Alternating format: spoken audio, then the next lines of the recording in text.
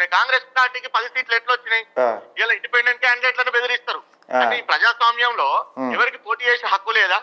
హక్కు కాదు. ఒక డిస్టిక్ బాస్ అయి ఉండి, ఒక చెప్పడానికి కాన్స్టిట్యున్సీకి ఎమ్మెల్యే అయి ఉండి, వార్డు మెంబర్ తిరుక్కుంటా మీకు సీసీ రోడ్లు అని చెప్పడానికి కొంచెం అన్నా అది ఎట్లా అనిపిస్తుందో మరి నాకు అర్థం కాలేదు. అది అది ఏ రకంగా అనిపించింది మీకు? మీకు మా పార్టీ కోట అయిపోతే సీసీ రోడ్లు వాడాయని చెప్పుడు ఒక గౌరవ ఎమ్మెల్యే గారు ఎంతవరకు అది సమంజసం అన్నది అర్థం కాని పరిస్థితులు. ఇప్పుడు వాస్తవానికి నా దగ్గర ఉన్న సమాచారం మాత్రమే. నేను చొప్పదండి మున్సిపల్ ఎలక్షన్లలో తిరగలేదు. ఎందుకంటే నేను ఏ పార్టీలో లేనన్నా ఒకటి ముందు. రెండోది, నేను నా నియోజకవర్గంలో పనిచేసిన కాబట్టి, నేను అక్కడ తిరుగుతున్నా కాబట్టి గత కొద్ది సంవత్సరాల నుంచి నాకున్న నా మిత్రులను, నా సోదరులను ఫోన్ చేసి తెలుసుకున్నా.